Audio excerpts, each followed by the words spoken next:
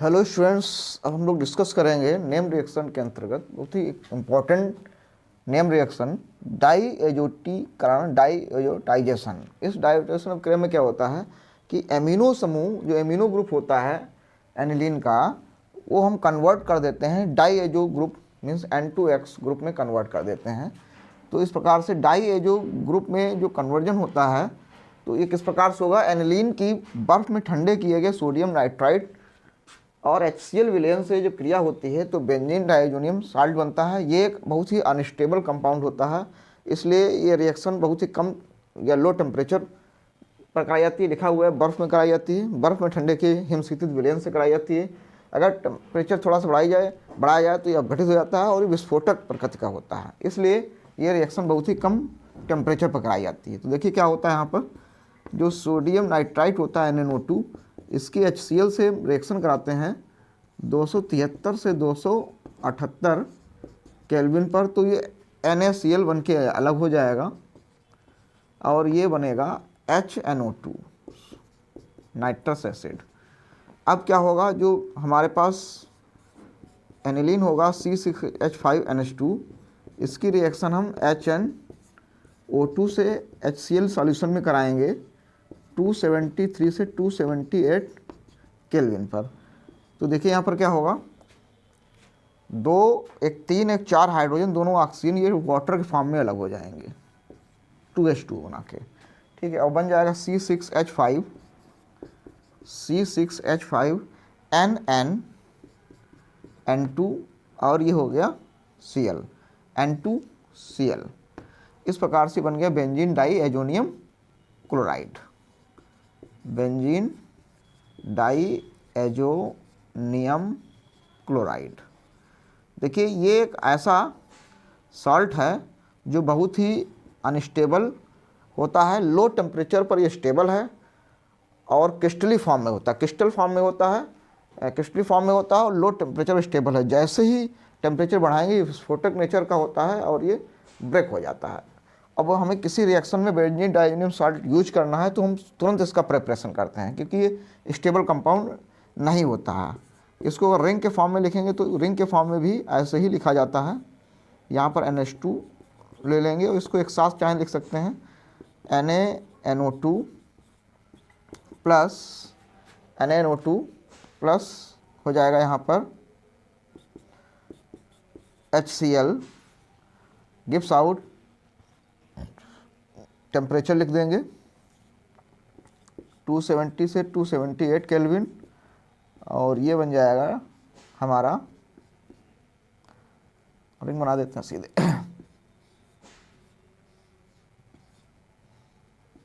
N2Cl, ये positive negative, plus NaCl बनेगा और ट्वाइस H2, ये बेंजीन डाइएजोनियम साल्ट हो गया।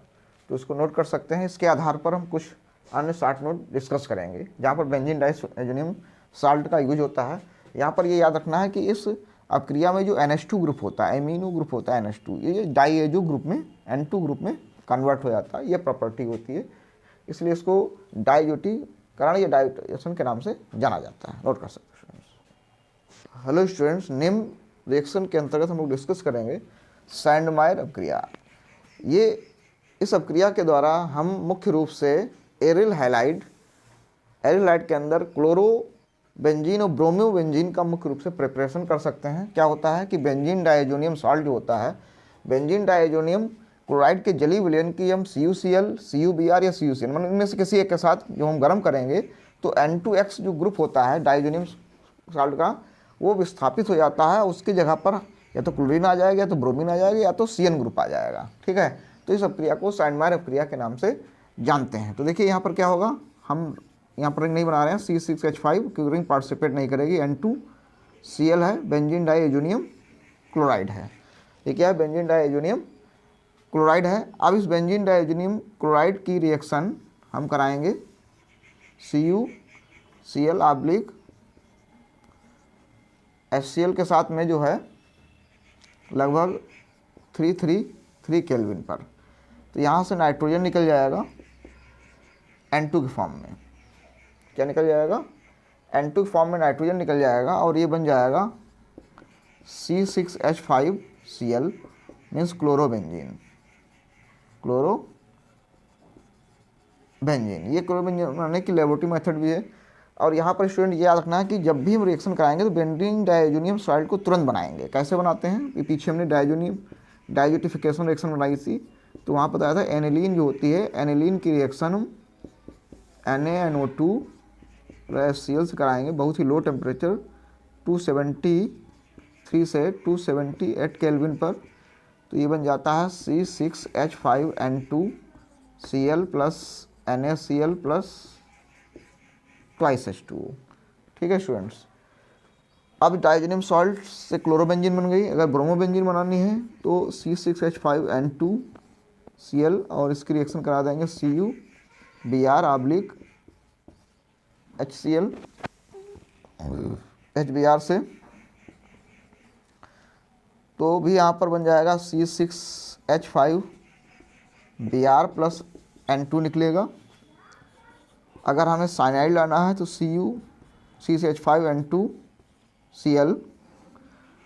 अब हम इसकी रिएक्शन करा देंगे CuCN/KCN लिया जाता है यहाँ पर KCN, तो भी बनेगा C6H5Cn प्लस N2। तो ये बन जाता है क्लोरोबेंजीन, ये बनता है ब्रोमोबेंजीन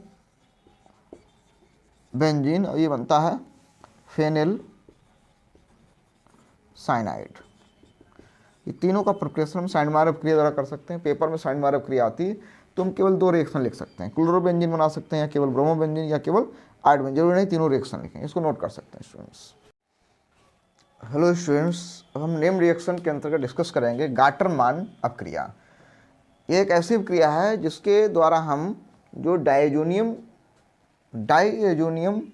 जो साल्ट होता है जिसमें N2X समूह होता है, इसको हम जो है विस्थापित कर देते हैं हाइड्रोजन Cl और Br के द्वारा।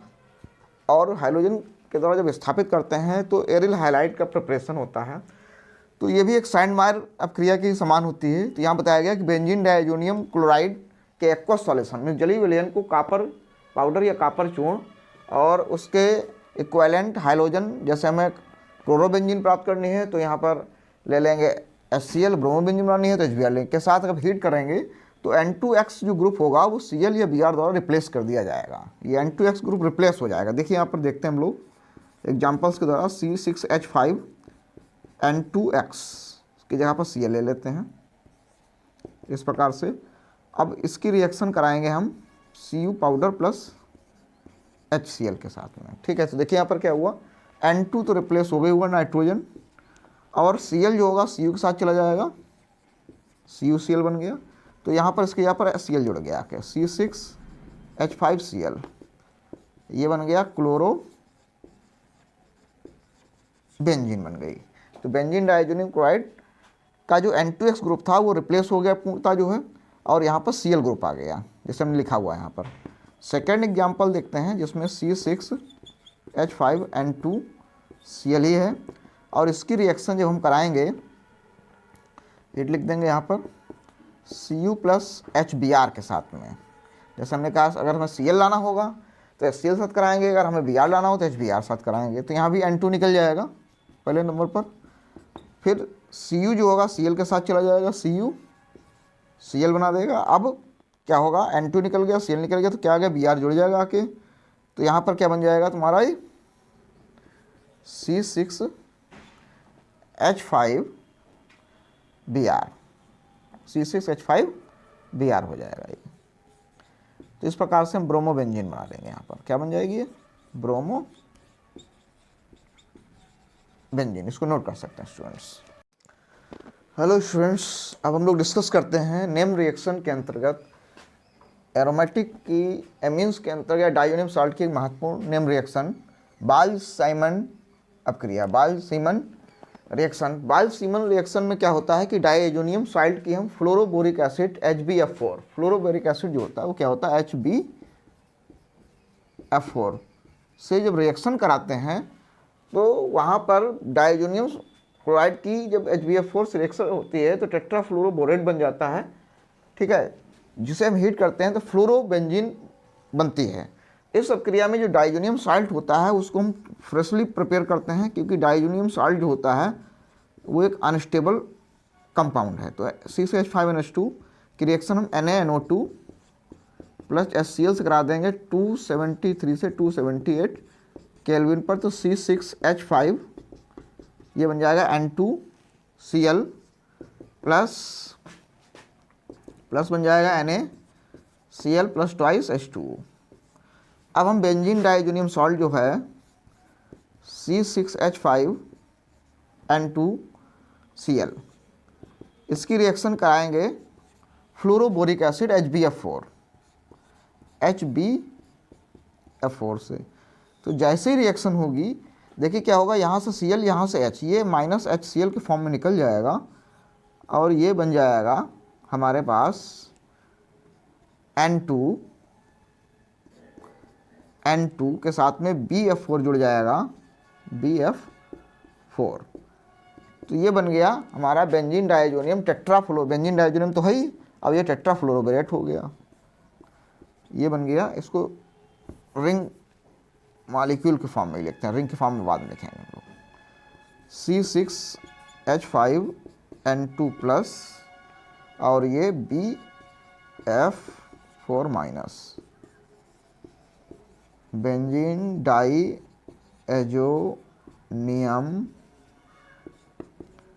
टेट्राफ्लोरोबोरेट।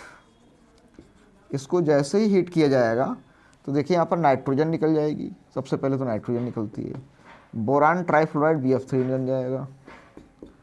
अब रिमेन कंपाउंड जो बचेगा C6H5F, ये हो गया फ्लोरोबेंजीन का प्रिपरेशन हो जाएगा, ठीक है। इस प्रकार से इसको हम रिंग के फॉर्म में लिखना चाहते हैं तो भी कुछ नहीं करना, C6H5 जगह पर हम सिर्फ रिंग बना देंगे और ये N2Cl हो जाएगा, प्लस ये माइनस इसकी हम HbF4 से रिएक्शन कराएंगे तो ये Cl और ये H निकल जाएगा, माइनस HCl के फॉर्म में, और ये बेंजीन डाइजोनियम टेट्राफ्लोरोबोरेट बन गया N प्लस और BF4 माइनस। हीट कर देंगे तो ये फ्लोरो बेंजीन बन जाएगी। अब बाई प्रोडक्ट लिखा हुआ उसी प्रकार से बन जाएगा, चाहे तो लिख लें N2 प्लस BF3, ठीक है स्टूडेंट्स।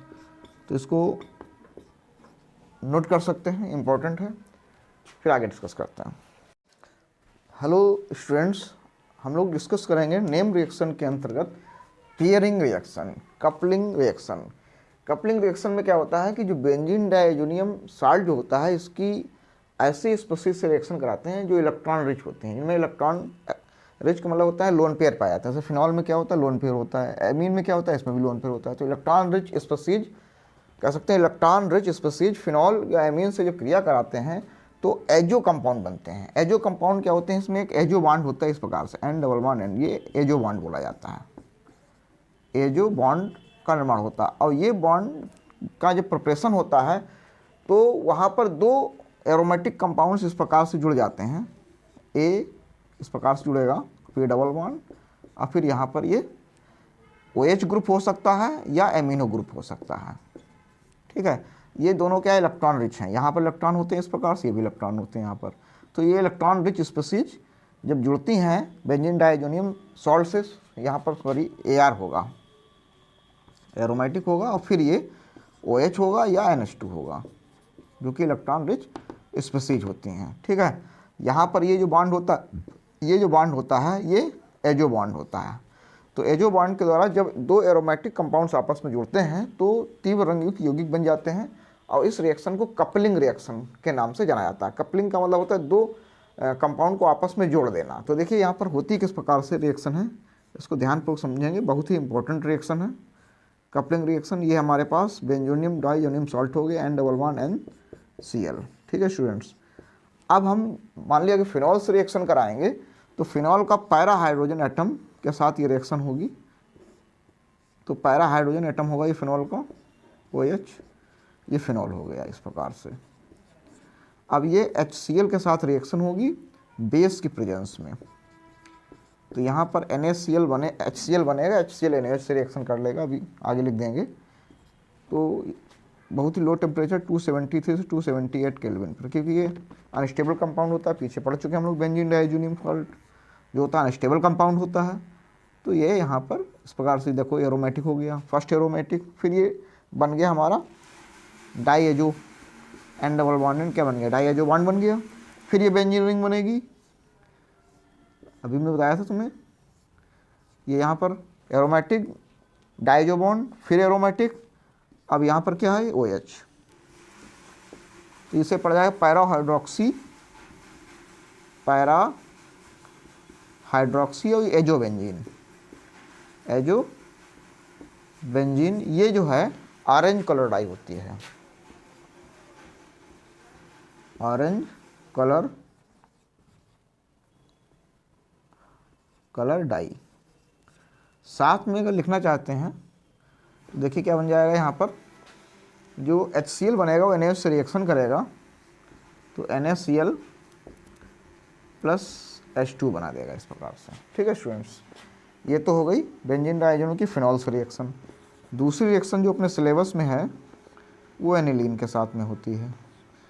बेंजीन डाइज़ोनियम सॉल्ट जो है वो दूसरी इलेक्ट्रॉन रिच स्पीशीज अपने जो सिलेबस में है वो एनिलीन है। तो एनिलीन का भी पैरा हाइड्रोजन एटम ही रिएक्शन करेगा, ये भी इलेक्ट्रॉन रिच स्पीशीज है।